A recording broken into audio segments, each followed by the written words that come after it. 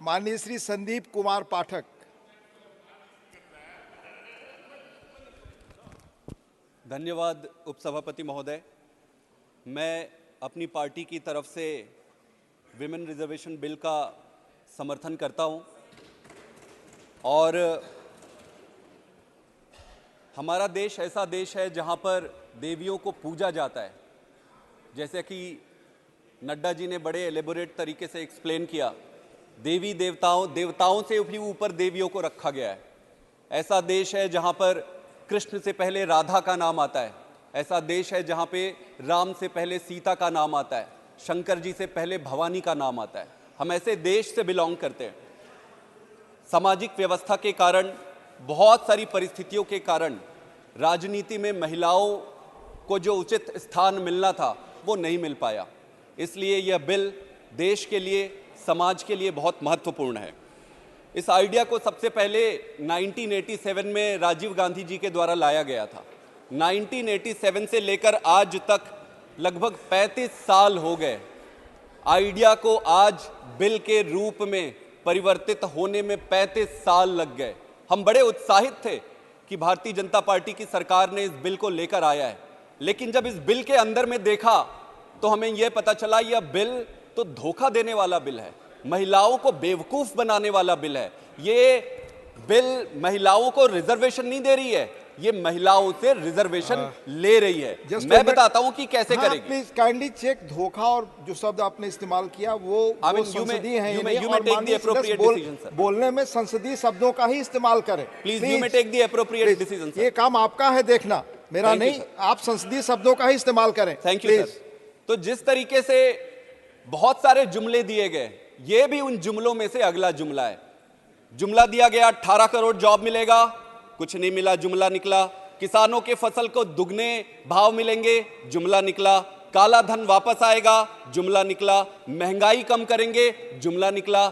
यह बिल भी जिस तरीके से इस पे पेच अड़ाया गया है उपसभापति महोदय, और मैं डिटेल में बताऊंगा कि कैसे पेच अड़ाया गया है। इस पेच जिस तरीके से अड़ाया गया है, ऐसा लगता है कि यह भी मात्र एक जुमला साबित होने वाला है। अमृतकाल एक बहुत अच्छा नाम है, सुन के अच्छा लगता है कि अमृतकाल में कौन नहीं रहना चाहेगा। अमृतकाल में, अमृतकाल एक संभावनाओं का समय हो सकता था, अपार संभावनाओं का समय हो सकता था। यंग नेशन है, एजुकेशन है, सब कुछ है, बहुत अच्छा कर सकते थे।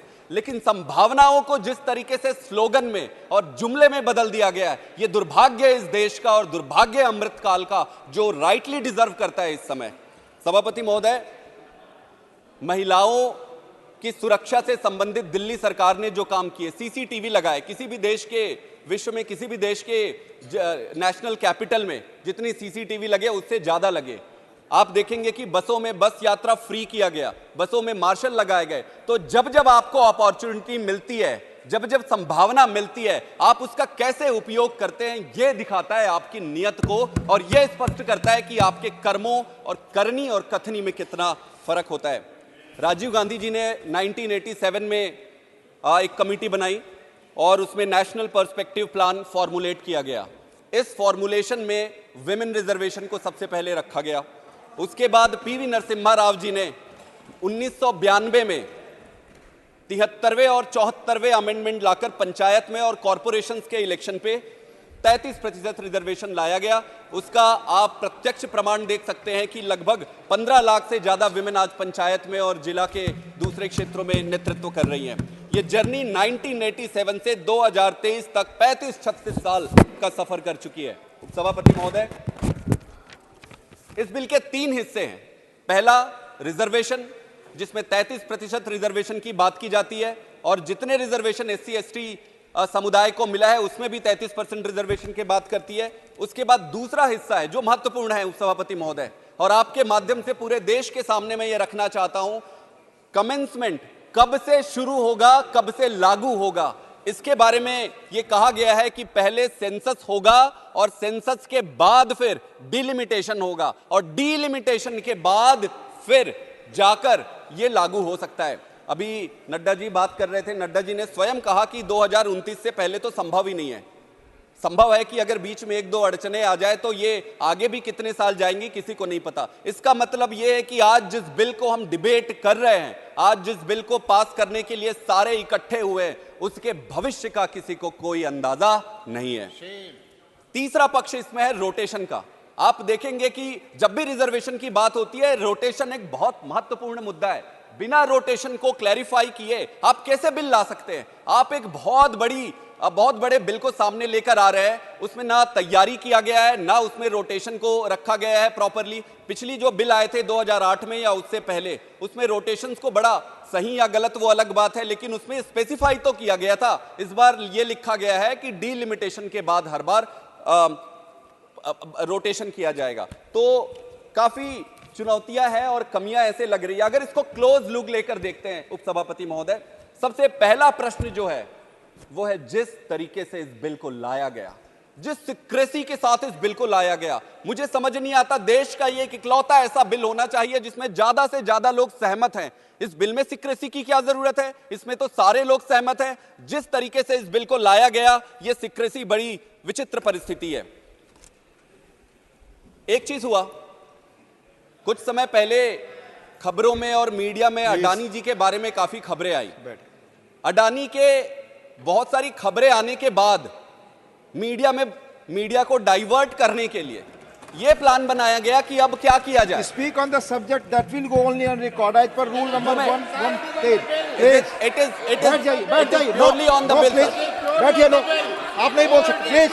आपकी बात रिकॉर्ड पे जाएगी, आपका समय खत्म हो रहा है। Please continue purely on the bill sir. I will not disappoint you और the nation. This is purely on the bill. बोलिए वही रूल्स के तहत अडानी जी के बारे में खबरें आई, मीडिया को डाइवर्ट करने के लिए वन नेशन वन इलेक्शन आ गया। सारा media one nation one election किया गया। फिर बातें आ गई कि भाई ये विशेष सत्र बुलाया जाएगा, पूरा मीडिया विशेष सत्र बुलाया जाएगा, वन नेशन वन इलेक्शन होगा, वन नेशन वन, सारा डिबेट डिस्कशन इस पे चला गया। फिर 18 सितंबर को मीडिया में खबर आती है, 18 सितंबर को मीडिया में खबर आती है कि विमेन रिजर्वेशन बिल को लाया जाएगा, और 19 सितंबर किसी को कोई आइडिया नहीं है। ये कैसा डेमोक्रेसी है जिसमें बाकी के विपक्ष के नेताओं को जानने से पहले मीडिया में बात आती है, मीडिया के द्वारा पता चलता है, फिर 19 सितंबर को सरकार कहती है कि विमेन रिजर्वेशन पर बिल आ रहा है। विचित्र परिस्थिति है ये। उसके बाद उपसभापति महोदय, मीडिया तो दो चीजें स्पष्ट हो गई अब तक। एक तो इनकी तैयारी नहीं थी, सरकार की तैयारी इसलिए नहीं है कि स्पष्ट दिखता है किसी भी चीज पे कोई एलिबोरेशन नहीं है। एक तो तैयारी नहीं है और दूसरा नियत नहीं है। तो ना तो तैयारी है और ना ही नियत है।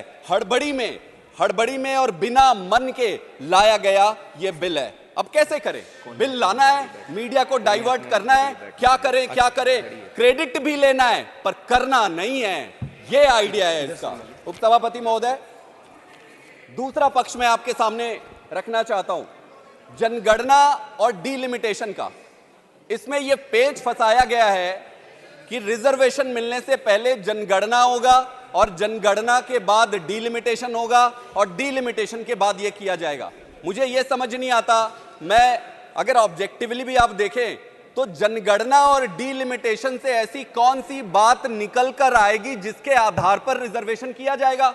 जनगणना से या डीलिमिटेशन से तो कुछ भी निकल के नहीं आना है जिस पर यह रिजर्वेशन आधारित होना चाहिए। ऐसा कौन सा पैरामीटर है, कौन सा पैरामीटर है जो जनगणना से निकलकर आएगी?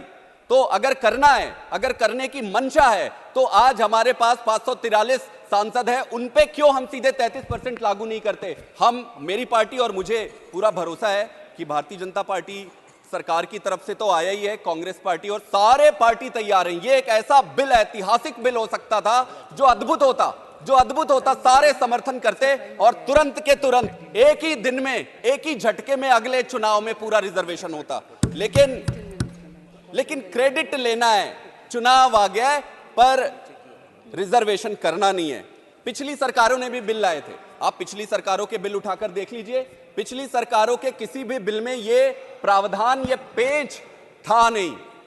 इस पेच को लगाया गया है इस बार। तो ये इस पे सभी माननीय लीडर्स ने, सबने इसके बारे में बताया किसी को तो एलेबोरेट करना चाहिए, बाकी की बातें करने के बजाय यही बताना चाहिए कि क्या कारण था कि डिलिमिटेशन और सेंसस को इस पे इंट्रोड्यूस किया गया है, किस कारण से इस पर बाध्य बनाया गया है। उस पर कोई बात नहीं कर रहा है। हम जानना चाहते हैं, देश जानना चाहता है, हमें अभी तुरंत में चाहिए ये रिजर्वेशन, क्यों डिले किया जा रहा है इसको? सर, उसका कारण मैं बताता हूं। भारतीय जनता पार्टी स्वयं के अंदर इतने कॉन्ट्रेडिक्शंस हैं कि पिछली बार जब यह बिल आया था तब माननीय योगी आदित्यनाथ जी ने कहा था कि विप की क्या जरूरत है, हम कोई बंधुआ मजदूर थोड़ी ना है, पार्टी के अंदर डिस्कस होना चाहिए, जैसा आडवाणी जी के यहां डिस्कस हुआ था। अगर नहीं मानती है पार्टी तो मैं रिजाइन कर दूंगा।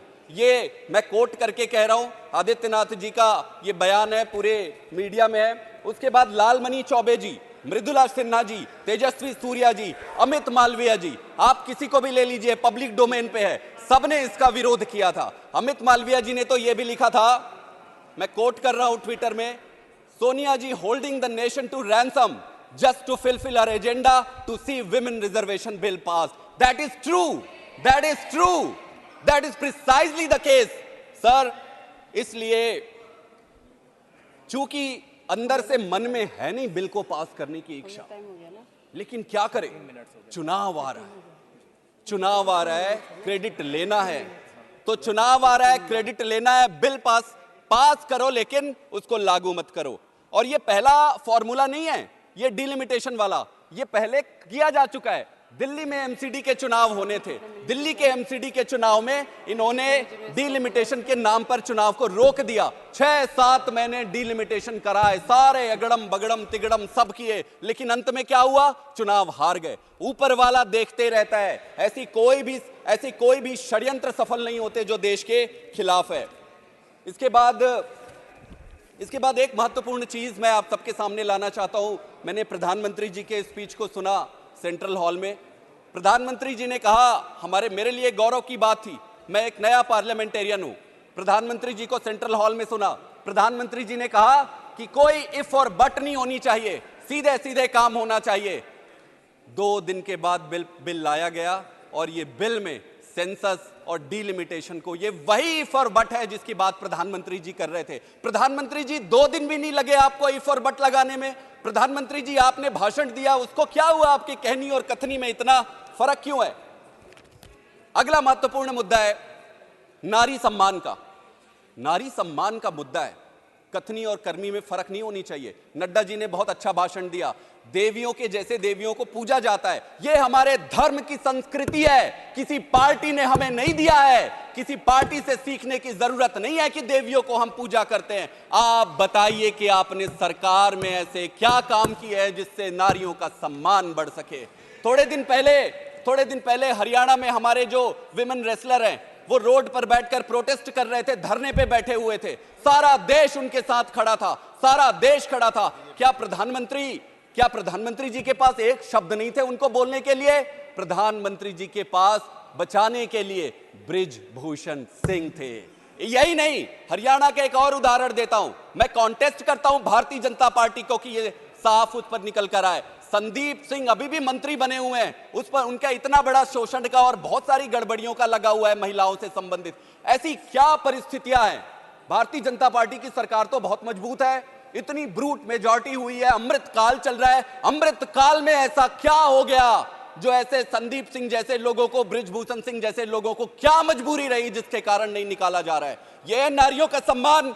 बाकी का मैं आपको क्या बताऊं, आप कठुआ ले लो, उन्नाव ले लो, हाथरस ले लो, हरियाणा ले लो, मणिपुर ले लो, इसका अंत नहीं है। कथनी और करनी में फर्क है। बाकी आपको मेरा तो यही मैं तो इतनी समझ पाया हूं कि जो नारी बचाव का जो स्लोगन है वो पैकेजिंग है। पैकेजिंग जब आप खोलते हो तो उसमें से निकलते बृजभूषण सिंह है। लेकिन इन सारी परिस्थितियों के बाद यह बिल बहुत महत्वपूर्ण है, देश के लिए महत्वपूर्ण है, इसलिए हम बिल को नहीं रोकेंगे। बिल इसलिए महत्वपूर्ण है क्योंकि पहली लोकसभा जब हुई तब लगभग 5% विमेन चुनकर आए थे और अब लगभग 15% हो गए। देश की परिस्थितियां ऐसी रही कि पहली लोकसभा से आज तक 5% से 15% आने में इतने साल लग गए। मैं उन सभी माताओं बहनों और हमारे पार्लियामेंटेरियन साथी हैं, इलेक्टेड रिप्रेजेंटेटिव हैं, जो चुनकर इतनी कठिन परिस्थितियों में आए, उन सबको हाथ जोड़कर प्रणाम करता हूं कि विषम परिस्थितियों में आपने अदम्य साहस दिखाया, आप ऐसी परिस्थितियों में भी चुनकर आए, आप सबको मैं प्रणाम करता हूं। आप समझिए, आप देखिए स्कैंडिनेवियन कंट्रीज को अगर हम लेते हैं, आप जैसे स्वीडन को लीजिए, नॉर्वे को लीजिए, यहां पर 45% के आसपास विमेन रिप्रेजेंटेशन है असेंबलीज में। इंग्लैंड में आप देखेंगे 35% है, अमेरिका में आप देखेंगे 29%। जापान ही एक ऐसा एक्सेप्शन है जो इंडिया से नीचे है, वहां पर 10% का रिप्रेजेंटेशन है। हमारे देश में ये पहली बार नहीं है, ये 33% रिजर्वेशन की बात कर रहे हैं। अगर हम देखें तो पंचायती राज में और कॉरपोरेशंस में रिजर्वेशन है, हमको इसको रिव्यू करना चाहिए कि अच्छे से इसको और कैसे इंप्लीमेंट कर सकते हैं। अगर आप देखेंगे 1996 में जेपीसी कॉन्स्टिट्यूट हुआ था, 2008 में स्टैंडिंग कमेटी थी। इस स्टैंडिंग कमेटी और जेपीसी में 2-3 बातें निकल कर आई थी जो आज भी बहुत रिलेवेंट है। सबसे पहले तो रोटेशन का है। रोटेशन को बहुत स्पष्ट रूप से समझना पड़ेगा। जैसा कि नड्डा जी कह रहे थे कि मैं अगर वायनाड को विमेन कर दूं तो क्या होगा, अब इंडिया पार्टी अगर कहेगी कि बनारस को अगर विमेन कर दें तो क्या होगा। बहुत सारे, कोई भी कर सकता है। अगर पॉलिटिकल टूल रोटेशन को बनाया गया तब तो सारा कुछ खराब हो जाएगा। इसको समझना पड़ेगा। रोटेशन की जो पॉलिसी है उसको डेलिब्रेट करना पड़ेगा देश के सामने। एक और फैक्ट आपके सामने रखना चाहता हूं। पंचायत के माध्यम से जो 15 लाख से ज्यादा विमेन चुनकर आए, उनमें से लगभग 15% ही री इलेक्ट हुए। इसका मतलब यह है कि 85% वर जस्ट फर्स्ट टाइमर, 85% वापस री इलेक्ट होके नहीं आए। इसका मतलब ये बड़ा टेम्पररी वन शॉट वंडर जैसे होता गया है, रिपीट नहीं हो रही है। लीडरशिप सिर्फ 15% रिपीट हो रही है। इसका मतलब इसको समझने और डेलिब्रेट करने की जरूरत है कि ऐसा क्या करें कि विमेन लीडरशिप को जब तक परसिस्टेंट और कंसिस्टेंटली आप आगे नहीं रखोगे, तब फिर लीडरशिप डेवलप होने की संभावना नहीं रहेगी, पॉलिटिकल पार्टीज की एक टूल बनकर रह जाएगी। एक और है प्रॉक्सी लीडरशिप की। जैसा कि उपसभापति महोदय स्वयं कह रहे थे कि प्रधानपति और सरपंचपति की बहुत बातें चलती। मैं भी गांव से आता हूं। Respected member, you have 1 minute to conclude. Thank you. प्रधानपति और सरपंचपति की बातें निकलकर सामने आती है। यह भी संभव है कि कई बारी अगर आप विमेन रिजर्व करते हो तो बड़े बड़े लीडर अपने रिश्तेदारों को वहां पर खड़ा कर देते हैं। तो यह सोचना पड़ेगा कि ऐसा क्या करें कि प्रॉक्सी लीडर तैयार ना हो और सचमुच में असली लीडर तैयार हो। मध्य प्रदेश की एक ऐसी घटना थी। मध्य प्रदेश में तो ये सरपंचपति और ये प्रधानपति जो हैं, उन्होंने ऑफिशियल तरीके से ओथ ले लिया अपनी पत्नी के बिहाफ से।